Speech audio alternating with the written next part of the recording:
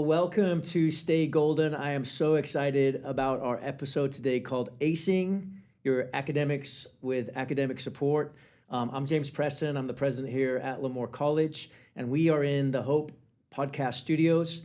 Stay Golden is a chance for us to share stories about current and former Golden Eagles and to spotlight inclusive and innovative excellence. So really excited to have my guest with me today. To my left, I have Denise McKendall. Welcome, Denise. So good to have you here. Thank you. To my left, I have Lupe Alvarado. And to my right, I have Grayci Cervantes. So thank you all for joining me. Really excited to talk about academic support. So ACE is the Academic Center for Excellence. We're currently, the podcast studio is in the library, and it's also located in the library. So we're going to talk all about ACE and academic support today. But I want to start with a pop quiz, opening pop quiz. So just kind of throwing some questions around. Denise, we're going to start with you. So I want to know, what is your Golden Eagle story? When did you first become a Golden Eagle student or a member of the Lemoore College team? I first became a Golden Eagle student in 2013. Okay. I was a reentry student and an older student, a minority student. So I had a lot of obstacles set against me, newly divorced. And I hadn't been in the workforce in over 10 years. So I decided, well, I'll go back to school. And that's how I ended up a Golden Eagle the first time. The first time? Yes. And were you welcomed to the nest? You felt welcomed to the nest when you first got here? I did. I felt welcome to the nest, yes. Okay, very good, very good. And you've had amazing stories since then that we'll talk about a little bit more as we go on. But 2013. Golden Eagle status right there. Good. Lupe, how about you? What's your Golden Eagle story? So I was actually a student at West College in Coalinga back in the 90s. After graduating, I did become an employee here in 2001. So I've been an employee since then. That's awesome. You and I started around the same time. Yeah. That's very good. Back when we had 4 names as a college. Yes. And now we're down to 2. We're just Lemoore College now. Good. And then Grayci, same question to you, your Golden Eagle story. Well, I graduated Sierra Pacific, as Lupe is representing. She's representing right here, Golden Bears. Shout out Golden Bears. Yes. I graduated in 2022, and I worked hard. I was the first person in my family to even make it to high school, and out of high school into college. Awesome. Congratulations. And so it was a lot. I had to work a lot. I wanted to get those good grades. I was bound to go to a CSU, to a UC, but I was, I think, so focused in my little bubble about getting my good grades that I never really put myself out there. So then it got to me, I was like, I'm not really ready to go to a university. I was like, I need to focus locally, think about finances, think about my economic status. So I came to West Hills. I've had family that came to West Hills here in Lemoore. And I came and I haven't looked back since. I ended up getting my job here. I think it was like my second year. I was about to graduate, and it taught me a lot, and I love it here. Good. So from Golden Bear to Golden Eagle. Yeah. Good. And then now on to Fresno State. Yeah, now to Fresno State. Yeah. I'm a bulldog, but still, I shapeshift. I love that. We got a shapeshifter. Grayci Cervantes, a shapeshifter. So talk to me a little bit about your major. What are you studying at Fresno State? I am majoring in history. Okay. I want to get my master's, and I would like to teach at a community college that's oriented towards the community, the students, and that's my goal. All right, we got one right here. Of course, just I've been looking at it. Just seed planting. So good. So I want to talk a little bit about ACE and how it came to be. And Lupe, you and I, we want to shout out Jackie Shehorn right now because she's our amazing leader, English faculty, and ACE leader who does a lot of the training along with Lupe for all of our supplemental instruction leaders. And Jackie and I were talking earlier about this week. So in the fall, we'll be celebrating our 10-year anniversary of the Academic Center for Excellence, which is ACE, and really geared around, Jackie spent some time on a sabbatical looking at academic support models that make the most sense around the state, and this is what we ended up with. Previously, we had a writing center, we had a lot of tutoring, but we really shifted to what's called supplemental instruction, which is a little bit different. And people, I think I heard you talking earlier, Grayci, too, about oftentimes we just defer to that, right? We say, I'm an SI leader, and everyone's like, what's that? It was kind of like a tutor. And it is kind of like a tutor, but a little bit more. So our SI leaders are embedded in classes, and they work directly with the faculty members. So in many ways, that's almost like a teaching assistant or a TA at like the four-year university level. For our college, one of the first focus points was 10 years ago, high enrollment, low success rate courses. And so we're working with a network called Achieving the Dream. They helped us look at our data. And our English courses, our math courses, and our biology courses were the ones that we had the most, our success rates weren't super strong. And so we've redesigned curriculum. Our faculty have done some amazing things, but on top of that, we really dedicated an SI to your transfer level English, transfer level math, and bio courses. And that's how it started in terms of the SI model. Even though those are kind of the core, SIs serve all subjects. We'll talk with Grayci and Lupe what their roles look like, but we really expand beyond that. And we're always recruiting, right, Lupe? Yes, we're always recruiting for recruiting. great SI leaders. So, Lupe, talk to us a little bit about what operations look like at ACE during the week. So our lab is open typically Monday through Thursday from about 10 to 7 p.m. We do have some close gaps between those days. Fridays we close a little early just because the library closes early. But we also offer online tutoring. We have that. And then our lab serves three different, or our SIs serve three different labs. So we serve SIs and students in our ACE lab. We also have SIs in MESA and the GED lab as well. So we have 17 SIs across 32 sections. We have more than 60 SI sessions, which are private group sessions that our SIs have with students who are directly enrolled in the classes that they're attached to. That's on a weekly basis. 60 sessions a week. More than 60 sessions, and they happen either in ACE, in the classroom, in MESA. They're all across campus. They're in person, they're online. So it's a pretty busy week if you come into ACE, MESA, and sometimes even GED Lab. Yeah, it's almost like a chain now. Like how restaurants become, so it's not like one location anymore. It's like ACE at MESA, and it's ACE at GED, and it's ACE at ACE. You talked a little bit about supplemental instruction sessions. So I mentioned that, SI leaders are embedded in classes. But Grayci, talk to us a little bit about what is a week in the life like of an SI leader? What's your schedule like, and what are some of the different types of roles that you play throughout the week in terms of time at ACE versus in a classroom running an SI session? So, well, for me, and I know for some of my fellow coworkers, it's probably the same thing. We usually do our ACE hour where we focus on many, many subjects, not just the one that we're specifically attached to. And it gives us also the opportunity to expand our knowledge beyond what we're just put to. And I think that's very, very great. And then after that, we have our trainings where we learn how to, teach other people and help motivate other students to pursue their educational goals. And we also we like to talk. We get to connect with each other. Just beyond being in a classroom, beyond our job, we get to connect with each other and talk to each other. And after that, we all just go to our class that we're attached to. We work with our faculty members. We talk about what they like, what they don't like, how they want us to manage ourselves within the classroom, if they want us to circulate, they want us to sit at a specific spot. And I've been fortunate enough to work with a very great faculty member, and we've connected in a whole different level, and I'm able to connect more with the students. And they're great advocators also of ACE and advocating about what we do, and I really, really appreciate that. And other than that, it's also time management. Yeah. It's a lot because besides just, being the SI, it's managing your own time. Yeah. And because you're a student too. Yeah. Right? You're a student too. So whose classes have you been attached to in your time as an SI leader? As an SI, I've mainly been attached to Sean Jackson, the statistics SI teacher, and it's amazing. I love it. I feel like I call him Stat Jackson, the math cowboy. Yeah. Stat Jackson, the math cowboy. That's his calculator name, actually. So yes. it's just, okay. That's good. Yeah. So I think it's really cool, the combination. You talked about you're in class, but your SI sessions are very kind of deliberate and intentional and designed to meet students where they are academically, and that's coordinating with the faculty member. And then just that open time too, if there's other subjects that students want to come into ACE, so they can kind of, in that case, it's more tutoring really at that point. And it sounds like when I oftentimes talk with SI leaders too, they really get to talk with students about things that are non-academic too, like just navigating. You said you're first in your family, right, to navigate college. So there's things that you have to figure out when you're in college that you just kind of learn as you go. So you get to do a little bit of that too. Yeah, I do, and I love connecting with the students. I feel like they find me reliable, and I feel like I love to portray and give them that energy that I'm not just there to guide them, but also to be their friend.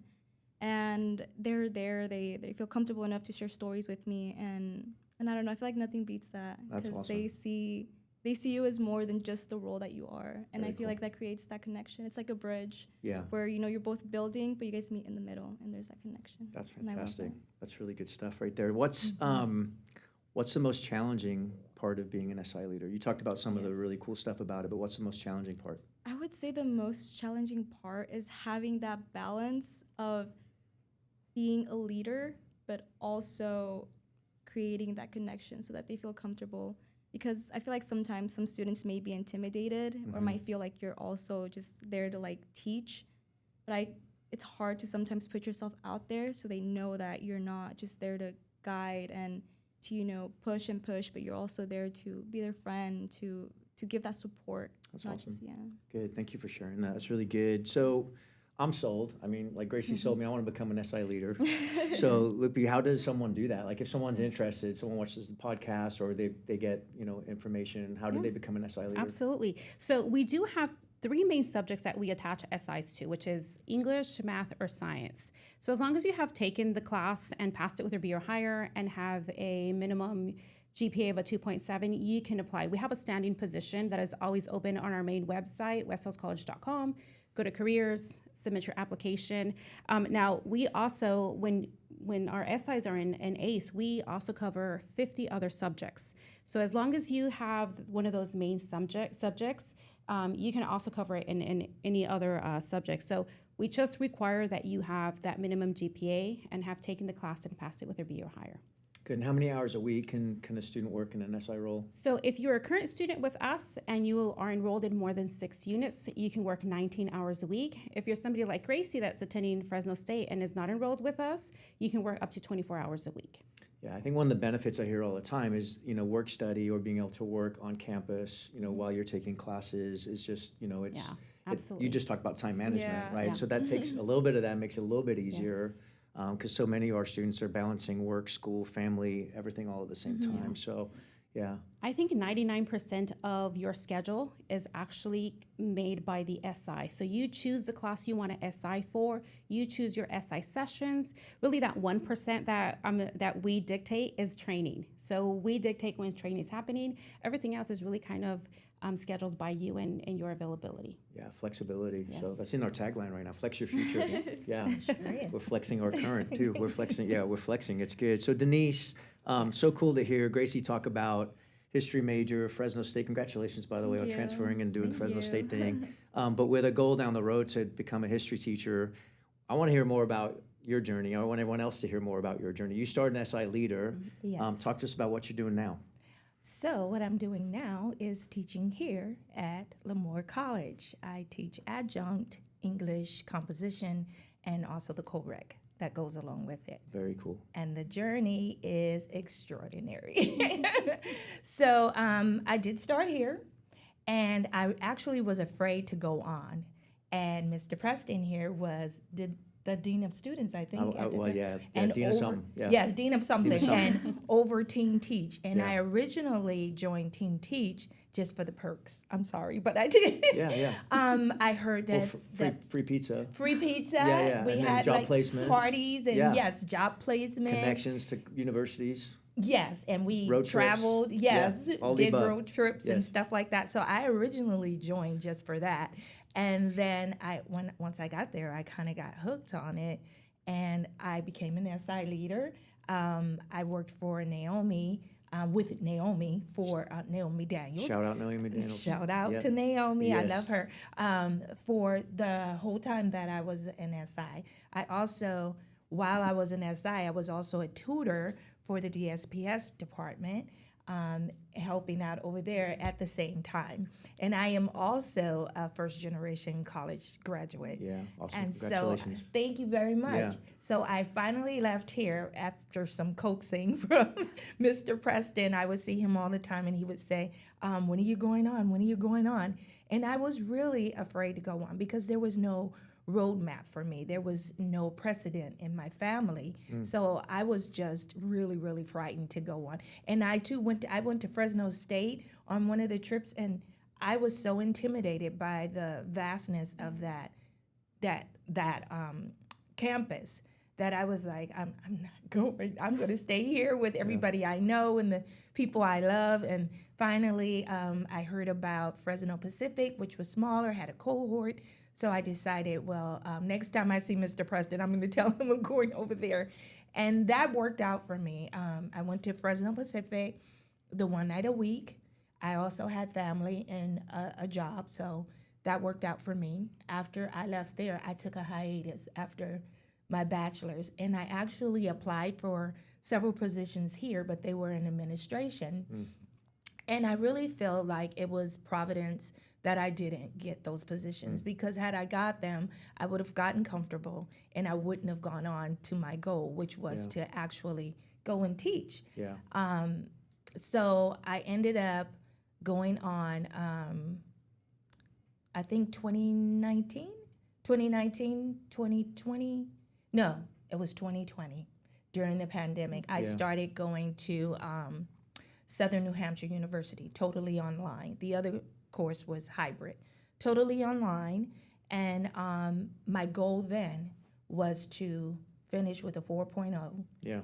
And I made my goal, and That's awesome. Got my bachelor's. Awesome. My master's. Distance high five right there. Yes. High five. Yeah. So I got my master's from there. And before I graduated, my graduation was December of last year. I saw an opening for adjunct here. And so I applied for it. I interviewed for it in November. So I got the position actually before I graduated. And I was like, this is just awesome. I'm like, how does that happen? So I had a job before I graduated, and I graduated. And then I began working in January. And you're teaching English for us now. Teaching English for you now, yes. Yeah, I love your story for a lot of reasons, but I think what you experienced is very common. And I think in many ways it makes me really proud to hear that, we talk about the nest, like people, and what we mean by that is while you're here, we want our students to feel supported. We want them to feel seen. We want them to feel comfortable. But at some point, we want you to leave. Right, and if we've done our job as a college and we gently nudge you out of the nest, your golden eagles, you're going to fly, right? But it's hard. That jump is hard. It's really hard for a variety of reasons. So for you to share your story and for us to be able to share stories in this podcast studio and share them with folks that are currently probably in the position that you're in, to be able to say, yes, I can fly from here and go to Fresno State, and I can fly from here and go to Fresno Pacific and to Southern New Hampshire, is just inspiring for our community. And people that will be coming after you and the people that are with you on that journey. So just quickly, Denise, in terms of SI, so you were supplemental instruction leader while you were here. How has that prepared you for the role you're in now as an English faculty member? It's kind of like coming back home. That's what it feels like, because I already knew how to do that. Yeah. We had the 30-minute sessions, and you already did lesson planning, and you were already adept at speaking in front of an audience. And also what Lupe said about if you fell under one of the major subjects, that if you knew how to teach other subjects, you could do that. Right. Because I remember I did other things in ACE, like for child development, for history, for so psychology, sociology, and all of that went into helping me build my confidence and build my knowledge so that I felt ready when I came into the classroom. It just felt like an extended SI session. That's awesome. Very cool. Very cool. So wonderful stories. And I also, Lupe, just want to, we already shout out Jackie and the amazing leader that she is, but I want to thank you. Oh, thank you. Because you're the backbone of this operation, and every year you bring students in and you encourage them and you support them and you organize them, you get them all set. So thank you you can see like the seeds you plant all the time, what happens with that. So just amazing. All right, challenging questions. It's a one sentence challenge and then a closing pop quiz. All right, so the one sentence challenge is this. Why should Lemoore College students come into the Academic Center for Excellence, or ACE? Why should students come to ACE? I want to kind of piggyback on what Ms. Denise said, is that we provide a supporting environment where our SIs help students, they enhance their understanding, and they boost their confidence. All while they can improve and their grades and develop those study skills that they need to become independent learners. That's awesome. Great. That was a well-punctuated sentence, too. That was like a semicolon and a comma in there. That was good, Lupe. That was really good. Grayci, how about you? One sentence. Why should Lemoore College students come to ACE? You should come to ACE because if you're looking for people, for leaders, and for people to guide you who also care about your academic goals as much as you do, ACE is a spot. That's awesome. ACE is the place. Yeah, ACE is the place. ACE is the place. I was just getting Remember ready to say that. Yes, Did I steal remember it? that. Yeah. Okay, we can take it out on the production. I won't say it, and then we'll just have you say it. So, in one sentence, Denise McKendall, why should Lemoore College students come to the Academic Center for Excellence? That's what I was gonna say. ACE is the place. I used to sing the little jingle from the Ace Hardware store. ACE is the place, helpful hardware store, Yeah, right? yeah. And I would say ACE is the place for students to come and be helped. There you go. So yeah, I love ACE that. is the place. ACE is the place. All right, so closing pop quiz. Do this at most of the Stay Golden episodes, having people think about their futures. So 5 years from now, if you can write the script, right? If you can just write the script 2030, what is your vision for yourself or your vision for the program? Grace, you want to go first with that one? Yeah. In 5 years, I see myself having my master's. I see myself teaching. I see myself encouraging students. And hopefully, if, one day I work at a community college that allows me to be myself and allows me to teach students and guide them, like Lemoore College.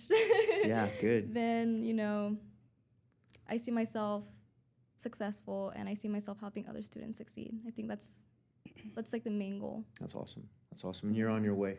I'm on my way. And we have no doubt you're going to get there. Yeah, no doubt. No doubt. Denise, what about you? 2030 vision for Denise McKendall. Okay, here it is. Right now, I'm Professor Mac.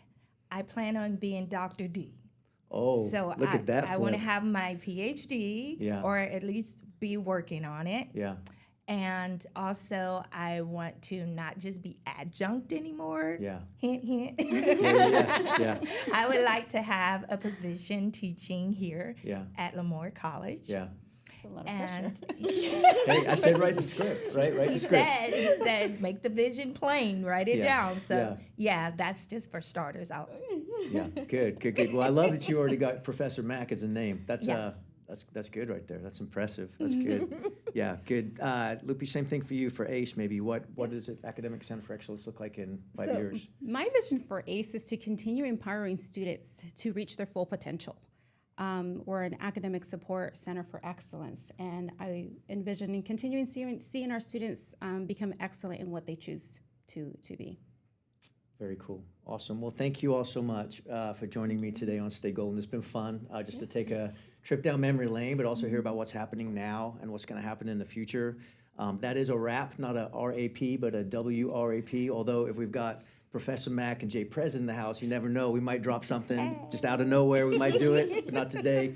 I want to shout out our team, our Hope team. So Devin Cardenas, Hunter McKendall, Anna Philippe, Alexis Andrade, Braulio Garcia, Amber Myrick, our marketing director, and then Antonio Tony. And so, by the way, shout out to Braulio. It is his birthday, even though this will probably be showing in June. His birthday, ladies and gentlemen, is February 28th. Yeah, so next year, February 28th, go find Braulio Garcia and wish him happy birthday. So thank you all for joining me. Stay strong, stay golden.